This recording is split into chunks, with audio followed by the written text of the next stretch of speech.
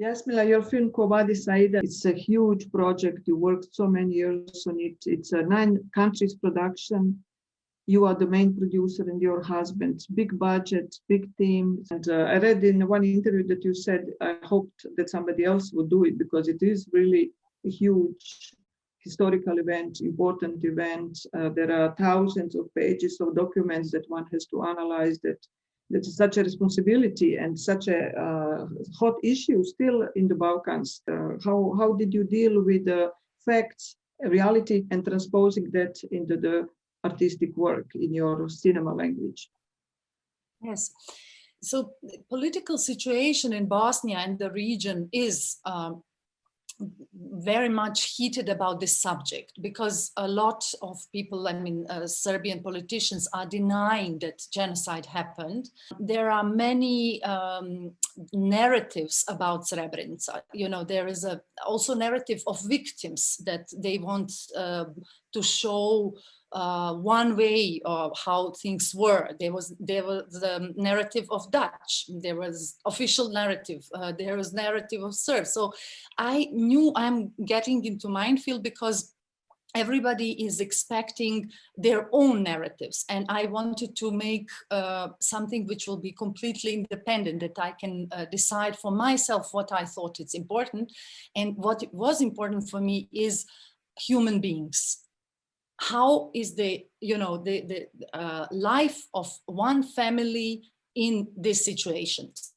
So I started researching. I really didn't want to make any mistake out of respect for the victims and for people who survived such a horrible thing. I really put a huge effort to research every thing which was happening there. And after I finished research, I talked to a lot of people, a lot of survivors, UN people, Dutch soldiers. These meetings with them they were very important for me as well. And once I finished research, I said, okay, I have to make a movie, because if you follow exactly the steps of reality, they can be very repetitive and kill the rhythm of the film. So this was my artistic choice, to really not invent events, but to have certain freedom to make them more condensed or more essential. Jasmila, there are 2 scenes in the film that I would like to, I'm just curious to know, because they are peculiar and they are very disturbing and memorable scenes. One is when the Dutch soldier is betraying this young man who was dressed as a woman. So he actually sentenced him to death by doing that, by obeying some kind of invisible rules. And the other scene is when Serbian soldiers were distributing chocolates and refreshments to Muslim population around them, knowing that actually they will slaughter them very soon after that. Yes, so factual? Yes, both scenes are confirmed by witnesses. Even the second scene where Mladic is giving chocolates, Toblerone chocolate and Coca-Cola, it's filmed by his cameraman, and you can find these scenes on YouTube.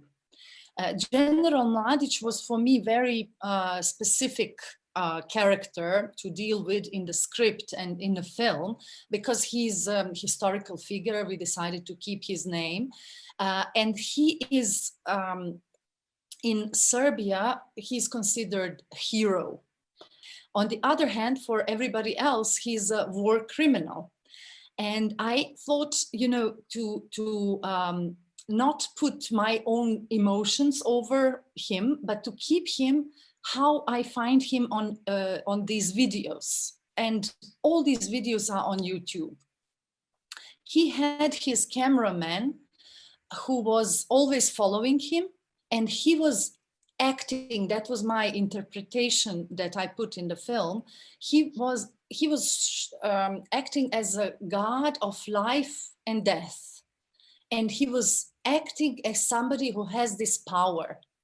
And while watching this, I realized he's actor-director for this footage, because he tells cameraman in many of these moments go left, film them, go behind, don't film this. And this was a key for me and for actor Boris Isakovic to how to play him. And that's why we kept almost a transcript of his words in Hotel Fontana, in this scene that you are describing. Soldiers were told by Deputy Commander Franken to help people to get people out of the base. And there are certain soldiers which were just obeying these rules, saying, okay, we are doing it. We see Serbs are in control because they have weapons.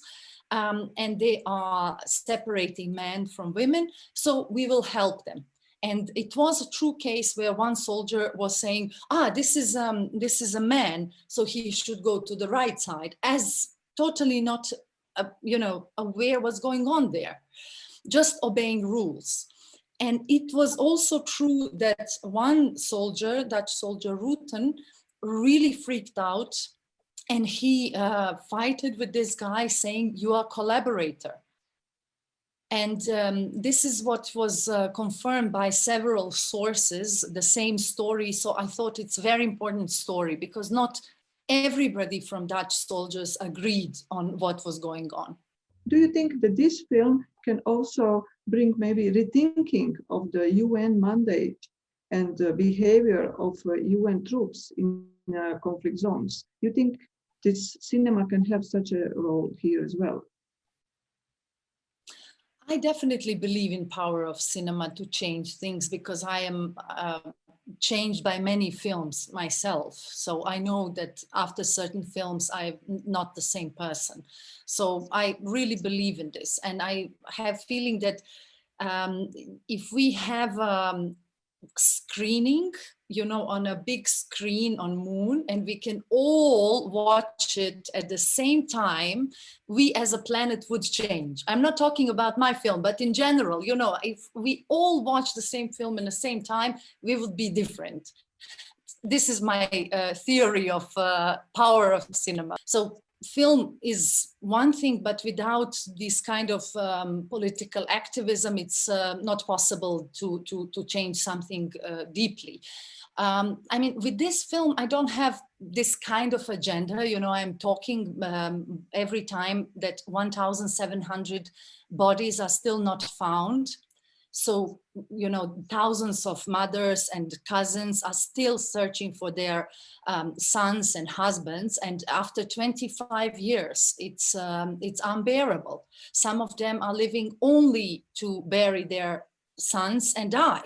They know that if they don't bury them, nobody else will. I also wrote to United Nations that they have to screen film for their people, because I believe in United Nations. I think this is organization that we need, but this organization is so corrupted by political interests.